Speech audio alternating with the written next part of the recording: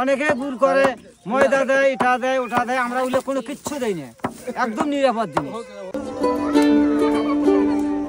তৈরি করতে আমরা 4টি নজ দেবো, 4টি নজ দিয়ে প্রথম আমরা জাল তুলে দেবো, দিয়ে ময়লা কাটবো, মোটা ময়লা একটা আছে এটা কাটবো, এটা কাটাবো, আবার চিকুন ময়লা আছে চিকুন ময়লা কাটবো, কাটিয়ে তার হোসাটা নামিয়ে দিয়ে থবো, হোসা নামিয়ে দিয়ে খোয়ার পর যখন যে ময়লা চাপছে হোসা তুলে ফেলে দেবো আমরা, দিয়ে কলার পড়ুয়ে দিয়ে আমরা তখন কয়েকবার আগে সত্য তুলবো সব ময়লা, আমার ঝামেলা তখন শেষ।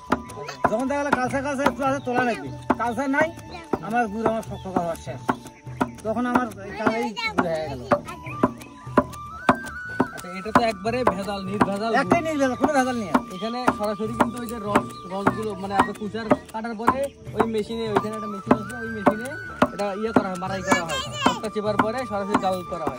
এটা ঝোলা গুড়, সেটা জাল করতে মিনিমাম 3 ঘন্টা সময়। ঝোলার কিন্তু ভাগ আছে, ঝোলা একটা থোয়া হবে মনে করো একটু পাতলা, আর যেটা ভবিষ্যতে দানার জন্য যেটা দানার জন্য ধোয়া হবে সেটা একটু করে যখন দেওয়া হবে তখন একদম পাইলে সাথে খামা যাবে, তখন রস থাকবে না,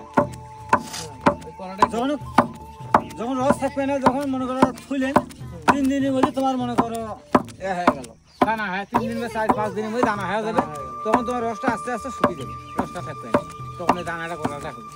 ভালো গুড় খালি বলো বুঝছেন, আমার মেলে আসলে পরে যে গুড় পাবেন আচ্ছা ভালো গুড় পাওয়া নন, যেটি যাও একটু খারাপ খাইতে হবে, কোনো ঝামেলা নাই।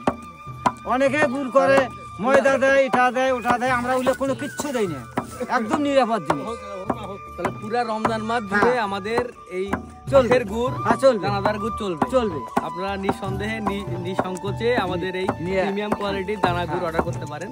আসসালামু আলাইকুম।